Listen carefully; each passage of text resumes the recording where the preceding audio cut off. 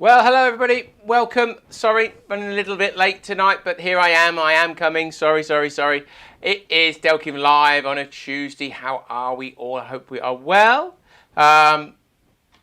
Obviously, things are starting to get back to some kind of normality by the looks of it. Spring is starting to spring into action, and we hope that everything will get back to normal as quickly as possible, and fishing will also be back to normal very, very soon. So I think there's been some comments from the Anglers Trust recently that have explained a few things. So hopefully we're all good and back to normal. But anyway, how are we all? Hope we are well. What we're going to look at tonight? Well, we're going to look at the smart clip. Okay, so really just because somebody dropped a message today and was asking about it, so I thought, well, might as well go through it. It's something that's very, very useful, and something that really is something that aids your fishing and your visual indication, and worth having in your tackle box, regardless of whether you're a Delkim user or not, really. So I'll go through that, just show you what it does and what the benefits are. Probably most of you have got one already or would have seen it, but maybe didn't know quite what it does or the best way to use it, or what the benefits are. So hopefully we'll be able to show you that tonight. But hello all the regulars, hope you're well. Harrington, Bill White, hello Bill. Nigel Berry, hello Nigel. One of the few that follows me on my music on a Friday night or Saturday. So yeah, he's back again for more of the fishing stuff, my day job. Nick Minter, hello on YouTube. Gavin Matthews, hello. And of course, don't forget, if you need any help or advice, drop something on the chat. I'm having trouble hearing. That's my watch telling me something. I don't quite know why Siri thinks I'm talking to them, but they're not. So yeah, if you need any help or advice, then please drop something on the chat. More than happy to answer any questions you might have on anything Delkim or not, as the case may be, though I probably won't do politics today. So a bit of, the housekeeping by now, I always do it, but you'll be amazed at how many people don't still understand or don't get this, but hopefully if I keep doing this, the word will go around. So already had one, somebody the other day bought 3 of the wrong D-locks. So V2 D-locks, if you've got nice new shiny alarms, TXIDs or EVDs, you need the V2 versions of the accessories. They are a completely different style of alarm in terms of the moulding, so you've got different accessories that you need with them. So the V2 versions are what you need. The old ones are for the old alarms. We still make those. Just to prove to you that they're still available, there we go. That's the old style ones, because they don't say V2 and they have a nice picture of the old style alarms on them. That makes it fairly straightforward, you would think. But the feet, that's a pack of feet only for the D-locks. They are universal, so don't go looking for V2 feet. The feet are universal, whether you've got the old or the new. And I will go again. Let's have a look, and I'll show you the app. So please download the Delkim app.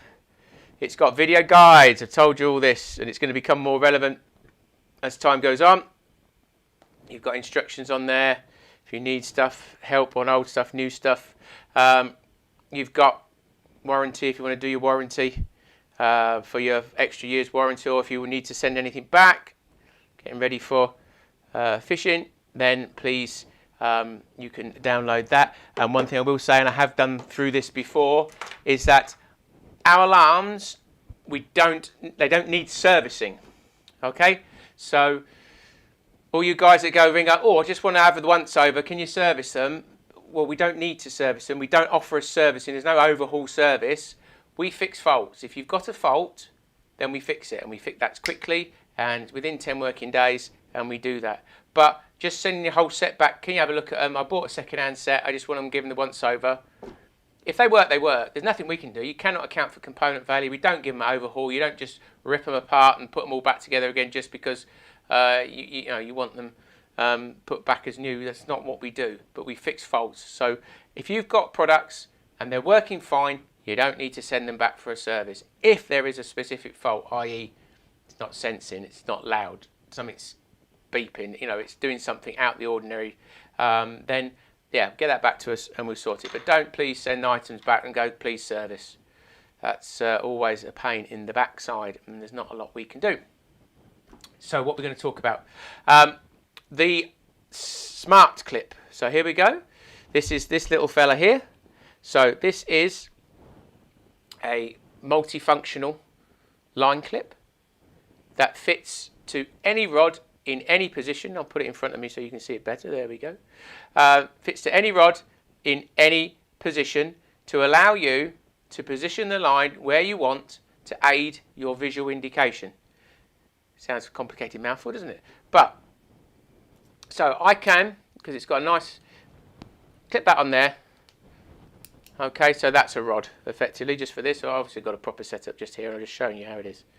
All right, so we've got a spring-loaded ball in there, line clip in there. You've got fins that you can attach. But the beauty of it is I can put it anywhere on my rod, move it around, whether I've got fat rod, thin rod. I can move it out the way. If I'm casting, I can take it off easily. If I just want to put it in my pocket, if I feel it's not right for casting, it's designed to be left on the rod and streamlined so that it doesn't cause any problems. But you know, it's so easy to add and take off that you don't have to worry. It's like clipping your bobbin on and off. But this is a very useful bit of kit. You get 3 in a pack for 15 quid. And if I switch over to camera 2, here we go. You'll see I've got my setup over here, and this is how it's designed to be used. So the reasoning behind it was, in the old days, we used to have butt rings or rings a lot closer spaced together, and we used to have this little fella here, which is your butt ring, somewhere around here to allow us to hang our bobbins however we wanted them. So we'd pull and it would get to the top like that. Now as time's gone on, we've got less and less rings on the rods. They've moved further and further away, and generally what's happening is, if I just pull that out of there, you see I'm on my windowsill, but I'm missing one, but you can see it's pulling off the reel there, and that's what happens. So you can see the line just about pulling off the reel. So what happens if you have it like that is that it will pull, it will pull, it will pull, and then it gets to about there, and you can see that everything, and you can see against there, everything's starting to pull tight. So there's an increase in tension, which is effectively an increase in the weight. The bobbin starts to feel heavier. Just turn that up, doesn't really matter about the sensitivity of the alarm. And it pulls to there, and then that's when it starts to pull from the reel. So you're restricting the amount of movement you get, because it can't really get to the top of the rod very easily, and you're also increasing the tension and the effective weight. I've done this times, demonstrated with people, just got them to, you can see my hand in here somewhere, just got them to pull it, and you can feel it gets heavier and heavier, pulls tighter and tighter as it gets to the top. Now, the ideal position for this little fella is so that when I clip the line into it, so you can hear that or see that that's springing in there, we've now got an equal angle between this side and this side. So you've got a nice triangle, which means that now the force is even, and now that bobbin can go right to the top of the rod. Try to put it from that way, I'm putting it from a bit of an angle. So it goes right to the top of the rod there, you get that extra bit of travel, and then it will just pull off the bait run or the clutch, and it stays in there until you strike, basically. So that clips in there. And that is evening out the weight of the bobbin, and that is giving you full range of visual indication without any increase in tension. Because as we know, and I'm sure lots of you have had it, you get runs where they pull up, they pull up, they pull up, they get to about there and they go, whoa, I'm not having that anymore. Now, there is an increase in tension there. I'm not saying that every time that is the reason, but we try hardest not to, with slack lines and other methods that you use, to try and reduce any physical tension when the fish picks up the bait, so that it doesn't think it's got anything on it, and then it's too late once it's picked it up. but you are adding that tension when it starts to pull against there. Obviously there are times when you want that tension if you're fishing clipped up to a snag or, you know, tight lines, different methods. But in general, that is pulling and that is creating that tension. It's an increase in tension, increase in weight, which can possibly put the fish off. Now what you're doing here is that that weight is even. There's no increase in the weight, the feel. I'm pulling that. Obviously I can't, you can't feel it through the screen, but you'll have to take my word for it. And those that have used it or have demonstrated it too will know that. And you get that extra little bit of travel as well. So it's, it's getting to there. It's too late. You're hooked. See you later. That's what can happen. And a great thing about it is by moving the smart clip closer to the rod, it makes the bobbin feel lighter, the effective weight. And then by moving it away, because you're doing the same thing to a certain degree, keep it in shot. There you go. It makes it feel heavier effectively by moving that away. And what you can do then is that you can adjust for things like bobbin creep. So if I've got the lightest weight there, so I put me 3 grams on, and I've screwed that on there. So I've got 3 grams on, right? Everything's okay, but I've got it nicely evened out, but I'm getting a little bit of bobbin creep. I'm thinking, well, I don't really want to go up to the next weight up, maybe 5 grams, or if I had 5 grams, I don't really go up, the next jump is 10 grams. I don't really want to add any more weight. But what I can do is if I just move the clip slightly, I can make the bobbin feel a bit heavier and iron out the bobbin creep. So that is a very useful feature. Just getting that even angle is very, very good as well. And another thing it has is these vanes that you can just see there. And so that allows me then to get a snap effect if I wanted to. So I can clip that behind there. And now when I pull the line, you heard that ping, but you get a snap effect. It comes out and I can put the line in the front clip. So in like that. And then you'll get a snap effect that pulls out into that one. So I just twisted that slightly. Or you could do a double one if you wanted to. I can go in and out. Oh, so you can get more of a snap effect. Oh, get that in there like that. There you go. So I can get a double snap if I want to. So ping, ping, and it does that. So it's got the ability to have that kind of jolt effect that maybe a clip pinned to there, the old style clip might have. But the beauty is that it's completely free running. So it's not having any effect. If it's pulling off your bait runner, it will pull perfectly through there. And it's not the same as having if I get my camera, it's not the same as the ones that are sat by the reel. Absolutely nowhere near. So people who think, oh, I've got a line clip, it's by my reel, that is not the same whatsoever. So if you've got, and I'll put that along there, so putting your a line clip that sits above here and clipping your line in there is not the same at all as having the line clipped here, because this is evening it out. If I move that line clip right back above the rod there, which I can do, you're virtually doing the same thing as coming from the reel. So it's pulling tight, it's getting heavier because of the angles. You can see how the line is pulling at a different angle, and it's got tension there. Whereas as soon as you move it back to where it's meant to be, then it goes all the way to the top with no problem.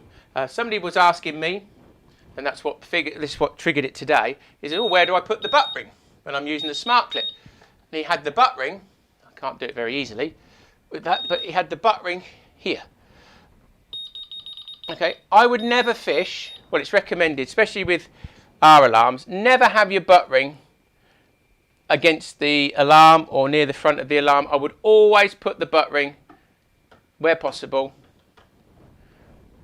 ahead of the alarm, because what can happen is you get some very strange angles if you start forcing the line through the butt ring, and you get very acute line angles, which can cause variations in the sensitivity of the alarm. You know, it's not going over the sensor properly, it's putting different forces on it. Obviously, if I can get my butt ring there, well, then I don't need one of these. And it's quite simple. So if you can get your rods back enough and you've got your butt ring there, then you don't really need it, because it's going to hang there. Okay, this might do something slightly different than just an open butt ring, but if I can get my butt ring to there, I can get it there, or here, or wherever close. But don't force your butt ring against your alarm. It just does weird things sometimes, and you might skip over the sensor, or it just not right. So, you know, as long as it's just sitting behind the arm, it can be anywhere in front of it, but don't have it right up against it. And, you know, that's the simplicity of this little clip here. It works with all rods and reels and alarms and hangers. It's not a Delkim specific product, so, you know, it's not something you know, that you need Delkins for. It has the same benefit whatever hangers and alarm system you use, because it's still all about angles and forces. It's, you know, yes, obviously having it light and sensitive. Our alarms are very good with light bobbins, and, you know, because of the way they work, you know, you don't have to worry about the line skipping over the wheel or whatever else. You can have it set mega sensitive. But, you know, if you've got a roller buzzer, it will work just the same. So, very useful bit of kit. Now let's see if anybody's got any questions after that. Hopefully that was some explanatory. Let me just have a little bit of water. Again, any of the hangers, as I said, any weights. There are some limits to the weight, you know, probably up to about 30 grams. If you start having anything heavier than that, then the spring force in those little clips is not you know, designed for really heavy weights. So if you've got a real strong tension indicator, perhaps, then that's not necessarily going to be ideal, unless you stick it in the vanes, in which case you can do that. But if you wanted it the free running point, there will be a point where the weight of the bobbin will start to cause it to pull out the clip too easy. And of course you can cast with it. Just to show you again, sorry, maybe you didn't see it at the beginning, but if I wanted to cast with that, I can do it on, or I can just turn it to the top of the rod, or, as you can see, it's very easy to remove. Just pop back on, pop it in your pocket, cast out, clip that back on. It's no different than clipping your bobbins back into there, and away you go. So that's pretty simple, really. But, you know, somebody pointed out today, they're asking me the butt ring. I thought, oh, well, why not? I'll go through that and hopefully help you. Let's have a look. Let's have a look. What questions we got today? I was asked about a friend of mine who has a problem with the battery life in his new TXID before, and he had a lot of telling him the battery lasted a lot longer. Why is this? If he's got batteries running out, then there might be a fault. The battery life in the new alarms is even better than the old ones. So if he's got one that's using batteries up, if it's all of them, I would be very, very surprised. In fact, I would be, you know, flabbergasted, for want of a better word, because that's just not necessary. But if he's got one that's lost, you know, it's going through batteries, then it just, you know, could be a fault. It just happened. It could be a component failure that's just done that. What Delkim alarms do you repair? Stephen Jenkins. We repair all plus range and all our current ones. So we can no longer repair the Mark 1s. So we've stopped doing them in September. But if you've got plus range, so TXI plus, EV plus, standard plus, 25 plus, or a plus range receiver, RX plus Pro or RX plus receiver, we still fully support those models. Pastmaster Paul, bit off topic, but feel let down slightly. Downloaded the app, registered all my new TXIDs, signed up for the newsletter, and said I would receive a 20% discount, but the code not working has expired in January. Sorry if that is the case, but I think the deal on the newsletter was a very long time ago. It might have been you picked up an old link, but the code is not relevant anymore. But I'm sure there'll be more to come. So sorry, Paul, if you're disappointed with that. You do get a free ringtone with the app. If you found that, you can use that. Maybe that is some solace. I want to share, guys, I've got replaced my new red alarm. It's coming tomorrow. Total tackle, change fault one. Vince Grigas. Sorry, struggling to understand that. So we'll see. You've had an exchange item from Total Tackle. Is that correct? Is that what you're saying? Not quite sure. Just ordered my slim lights and TXIDs. Mikey on Facebook, excellent. Do you do a discount deal if you buy a set with a receiver? We don't sell direct, so you would need to speak to any of the retailers out there and see. Generally, they're of a similar price wherever you go, but there are deals out there. I am sure I've seen them. So just have a look around, do some shopping. Andy Goddard, in French version. I don't speak French, I'm sorry. All our instructions are in French. We have videos that are with translations on for all our products, but I don't speak French personally, so je suis désolé. That's about as far as you got. Got my TXIDs the other week, used them last Sunday. They're amazing, simple to set up, and brilliant on the bank. Martin Owen, fantastic, thank you very much. Or Owen Martin, whichever way around it is. Owen Martin, good, glad. They are simple, just because they've got different buttons. They're not complicated. How are the D-type? Can somebody tell me something about them? Wow, I haven't got it long enough, but if you only got to look at some of these videos on our YouTube channel, Nikolai, then you will find loads of stuff on them, but I'm sure people will say on here whether they're any good or not. Wayne Tester, hello, good evening to you. Yes, we all love a good butt ring or butt banger. That's always a good one in the office. What can you say? That's fishing for you. I'm sure people thought of these things before. They thought it was a joke. Got the original pearl ones. Yes. Do they work well with stoves? Yes, Terry. They work with all items, really. So, Terry, yeah, they're all hangers. So, it depends on your style of fishing. There will be some points where you might, with a stone, want it coming off the reel. But it depends how you're trying to set up. But, yes, you know, if you're fishing further up, or if you really want that long drop, yeah, they work with everything. So, yes. Is the answer? It ran a roundabout way. Sorry, I got there very, very slowly. But yes, the answer is they work with everything. I also like just to spin the clip round so it's facing before casting. Saves on clipping and reclipping. Yes, that's right. Each cast and doesn't scratch the rod either. No, they're designed not to scratch the rod. So, you know, they're just rubber, plastic. So, yeah, you know, one thing I would do, that's A to D. And one thing I would always do is make sure if you're leaving them on your rod, you know, people are very precious about their rods. I understand that. Make sure you've, you know, every now and again brush them out because they will get dirt in there sometimes. So you want to make sure you're not grinding some dirt in there. So make sure, you know, you get in there and give it a clean every now and again on this surface to make sure that you've not got any grit in there. But you can probably tell how smooth as that is. Let's get the camera on that. Is it going to focus? It takes its time.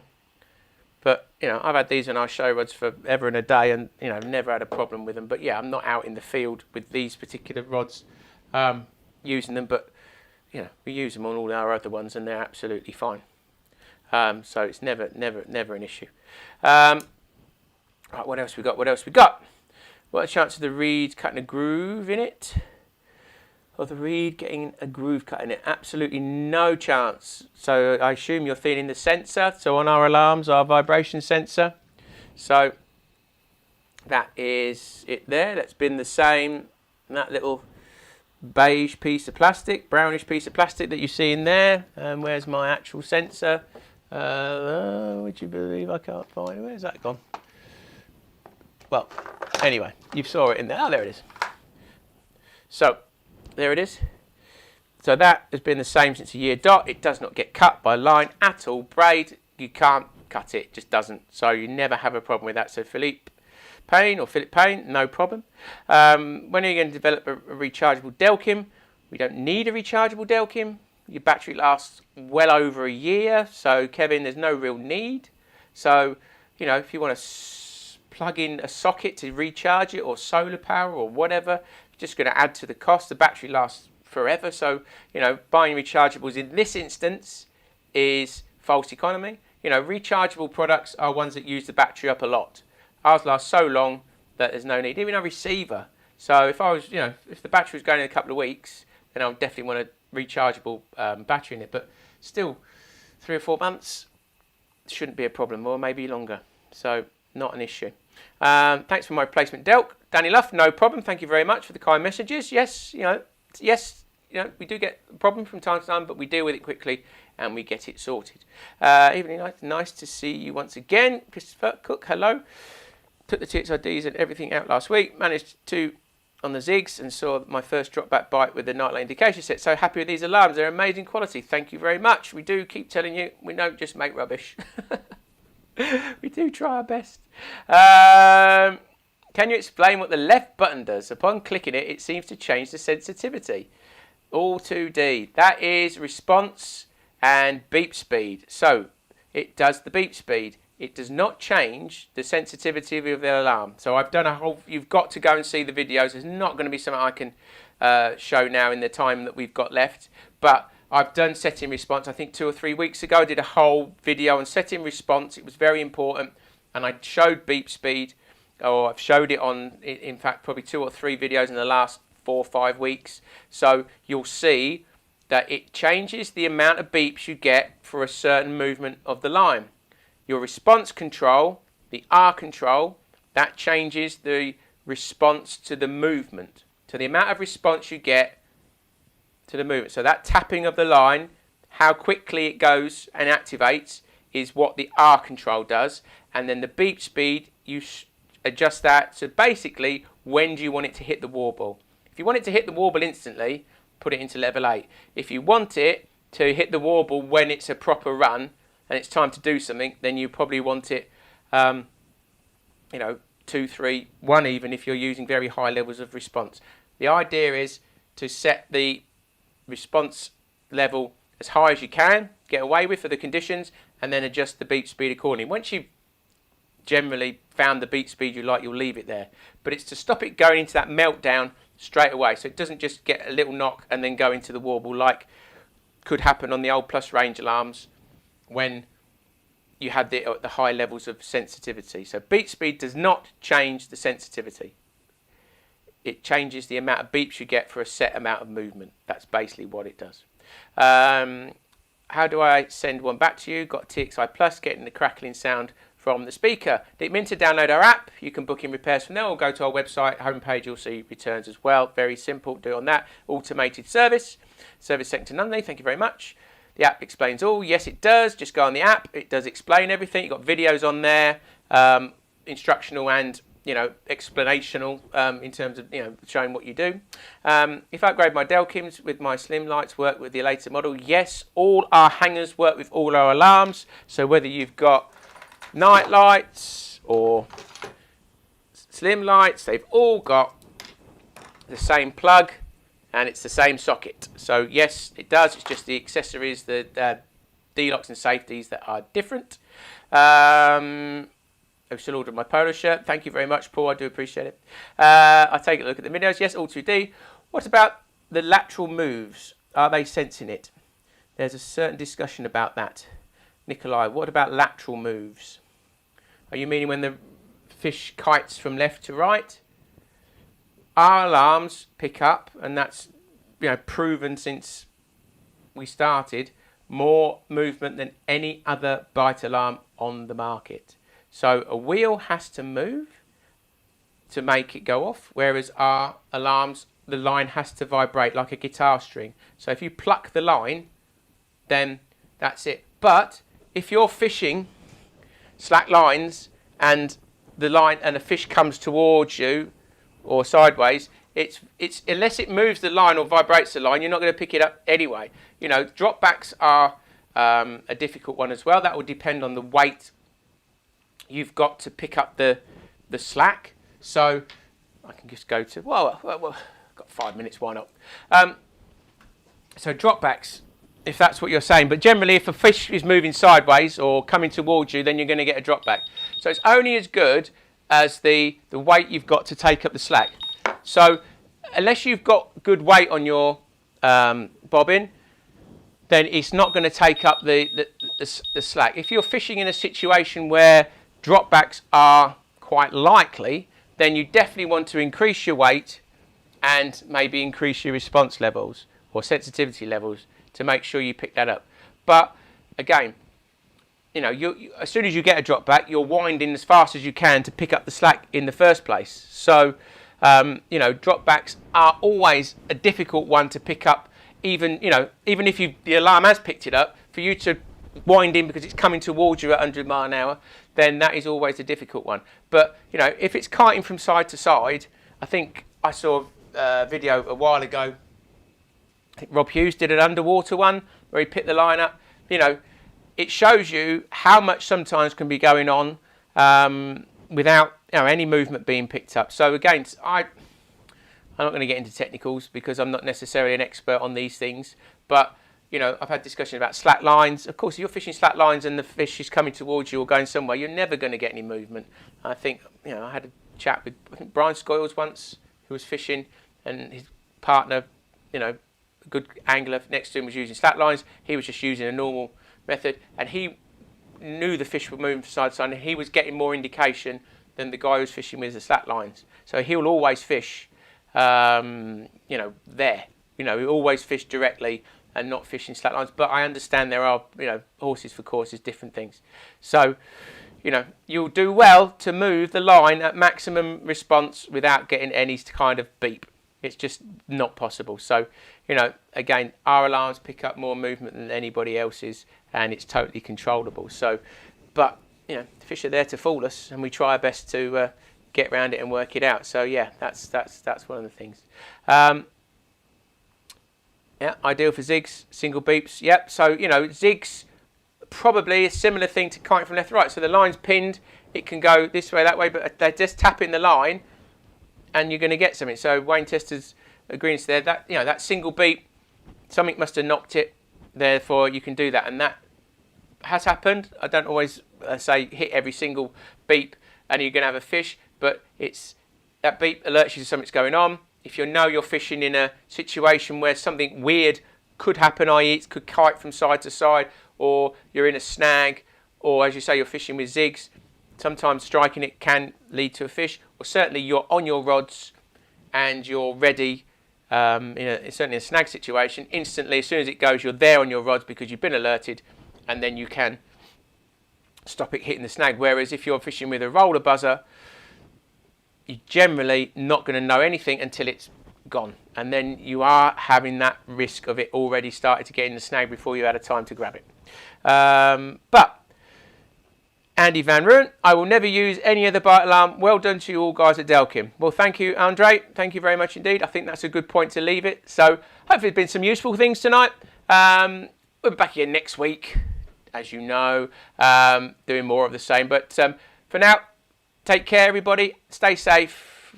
Count down the days. Soon it'll all be forgotten. And we'll see you all again soon.